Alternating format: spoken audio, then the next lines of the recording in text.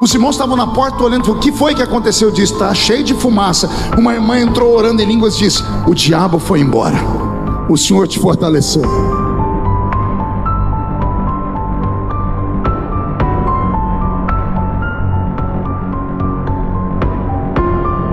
Me deram uma sopa, marcamos os dias para o culto.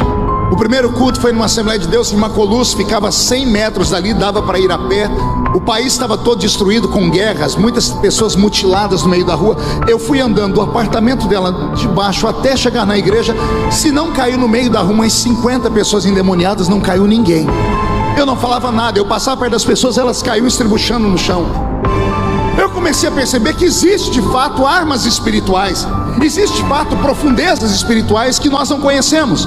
Não conhecemos porque temos medo de entrar nas águas, temos medo daquilo que nós não conhecemos. E eu fui me envolvendo com Deus. Naquela época, dentro de Angola, eu preguei em 40 dias. Foi a primeira vez que eu vi milagres acontecerem, ossos nascerem onde não tinham, pessoas serem curadas de forma miraculosa. Eu voltei para o Brasil com uma outra visão. Fui sentar com os meus pais, eles disseram: calma, cuidado para não ficar fanático.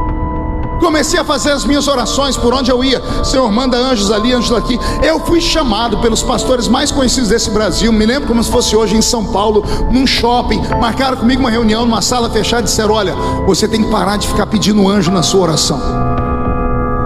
E eu falei: por quê? Porque os anjos que você está pedindo são anjos que ficam apenas diante do trono de Deus, que são serafins. Eles não descem à terra, são anjos disso ou daquilo. E me deram uma sistemática teológica. Aí eu falei: mas se eles ficam no céu, como é que eles queimaram os lábios de Isaías? Está escrito que Isaías, no ano em que morreu o rei Uzias, eu vi o Senhor assentado no alto e sublime trono. Os anjos voavam acima do trono de Deus. E eu disse: eis que estou perecendo porque os meus lábios são impuros. E o Senhor enviou um serafim que pegou com uma tenaz uma brasa de fogo do altar e queimou os meus lábios.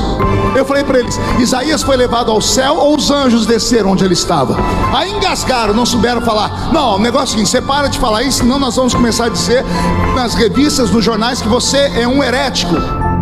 E eu fui falar com Deus, eu falei: Senhor, o que eu faço? O Senhor disse: vamos enganar eles. Continua orando, só não pede 8 anjos, só pede para eu mandar anjos de fogo. E por quê? Porque a palavra seraf significa aquele que arde em fogo. Ela é o prefixo da palavra serafim, ou seja, aquele que arde em fogo e é grande como um gigante. Eu continuo fazendo os mesmos pedidos, só que ninguém nunca mais me incomodou. Por quê?